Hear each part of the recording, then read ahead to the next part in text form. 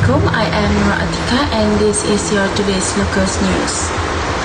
Kuala Terengganu, two men who were shot dead by police in Kampung Simpang Tok Kuhir last Thursday, 5 April 2022 are the main suspect in the case and a member of drug trafficking syndicate that has been active in the state for the past 10 years.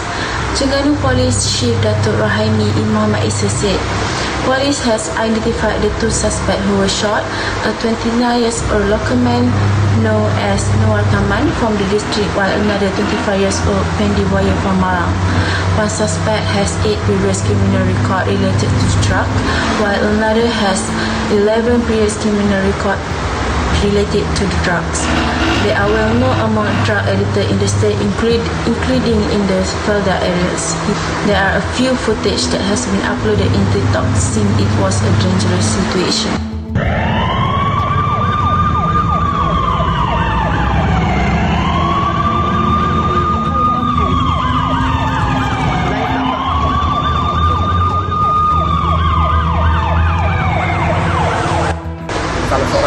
He added that after the shooting incident between Rahman and Pendi Buaya with the police last Thursday, they saw a school revolver 38 and several bullets in the car used by the suspect. Police also found 20 plastic packets of the suspected shabu drug weighing more than 1,000 grams and 14 small bottles of heroin weighing more than 67 grams. And the total amount of this drug leads to the case 39B of the Dangerous Drug Act. That's all for the local news. Now we move to the next works news. This week, breaking news take us to Riyadh. Saudi Arabia said on Saturday it will let 1 million Muslims from within and outside the kingdom to participate in this year's Hajj, a significant increase after epidemic restriction prompted 2 years of dramatically reduced pilgrimage. The Hajj Ministry announced in a statement that 1 million pilgrims, both international and local, have been authorized to do the Hajj this year. The Hajj, one of Islam's 5 pillars, must be performed at least once throughout the lifetime of all Muslims who have the means. Normally, one of the world's greatest religious gathering, over 2.5 million people attended in 2019. However, once the coronavirus epidemic begins in 2020, Saudi officials only permitted 1,000 pilgrims to attend. The following years, they increased the number to 60,000 fully vaccinated citizens and residents selected through a lottery. According to the notification made on Saturday, this year's Hajj, that will take place in July, will be limited to vaccinated pilgrims under the age of 65. Those arriving from outside Saudi Arabia must provide a negative COVID-19 test result obtained within 72 hours of arrival. According to Health Ministry, the kingdom of around 34 million people has registered over 751,000 coronavirus infections, including 9,055 deaths. It announced the relaxation of most COVID restrictions, including social distancing in public areas and quarantine for vaccinated newcomers in early March, action that was supposed to assist the entrance of Muslim pilgrims. The decision includes the suspending social distancing measures in all open and closed areas, including mosques, and requiring masks exclusively in closed areas. That's all for World News. This is Aimi reporting, and now let's get down to business with economy.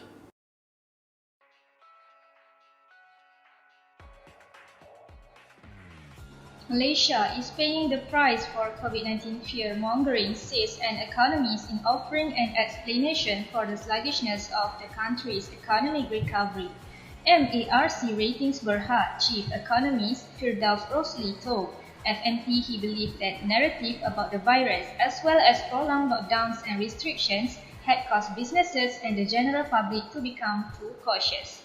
He said this was reflected in various indices, such as investments, trade sales, ridership on trains, and footfalls in malls.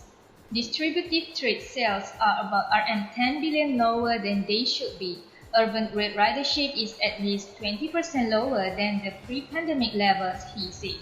Firdaus acknowledged that the government had spent big on measures to stimulate the economy, but noted that it had not spent a large enough amount to jumpstart the economy. He also said the nearly half a trillion ringgit the government had spent on stimulus packages had been somewhat negated by health policies such as lockdowns and prolonged restrictions, and this has had an impact on businesses. It makes them hesitant to invest because of policy uncertainty. This is on top of the political uncertainty in the country and global challenges, he said. Firdaus also said consumers were not spending as much as expected. One of the big issues is that we have been fear-mongering. Our focus has been too much on case numbers rising. We talk about transmissibility rather than virulence. This has really taken a toll on overall confidence. He said the government needed to work on facilitating a mindset change to give people the confidence to live as normal a life as possible. If we don't do something drastic, like really opening up the economy, people will go hungry, he said. The government must relax SOPs a lot more, let there be no more contact tracing, review the masking and check-in requirements. Even the way the government reports daily cases has to change. We need to remove stigmas associated with COVID-19, especially now that most people are vaccinated. It's time to move on. As long as we don't move on, our economy cannot jumpstart.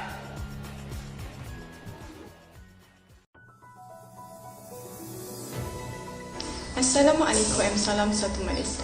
After several main players were affected by the spread of COVID-19, the National Futsal Squad finally get the green light from KKN to join the AFF 2022 that being held in Bangkok, Thailand. Even though they missed 2 friendly games, the team that have been conducted by Cha Chun Yeon seem having a different aura based on the list of 16 players that have been chosen from the Futsal Malaysia MPFL Premier League this season. The National Futsal Squad departed to Thailand on 30 March in the early morning to join the AFF 2022 on 2 until 10 April. Every 16 player that have chosen extremely look really spirited, even though the tournament will be held during Ramadan. We know that international friendly and compared to local friendly is totally different punya cara main, and also the speed, the intensity memang agak berbeza.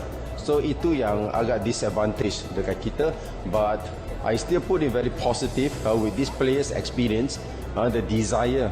And based on the 16-player list, the head coach seemed really hoping on the new player. There are Farhan Khairul Anwar, Shukri Shamil, Joshua Ali Chanchin, Firdaus Zulkifli, Iqman Najmi Ismail, and Aidi Shahri Rusli. The combination of 10 old players and 6 new look is expected to give a different variation in the game of the national team after almost 3 years they did not participate in the AFF Futsal tournament.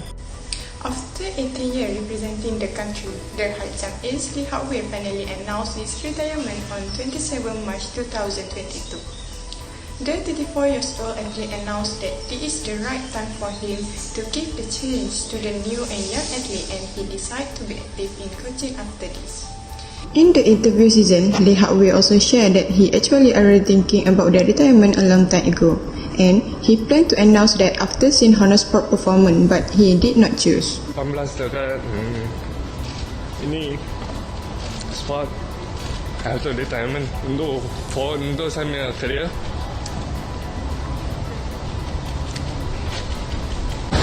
I will apply with the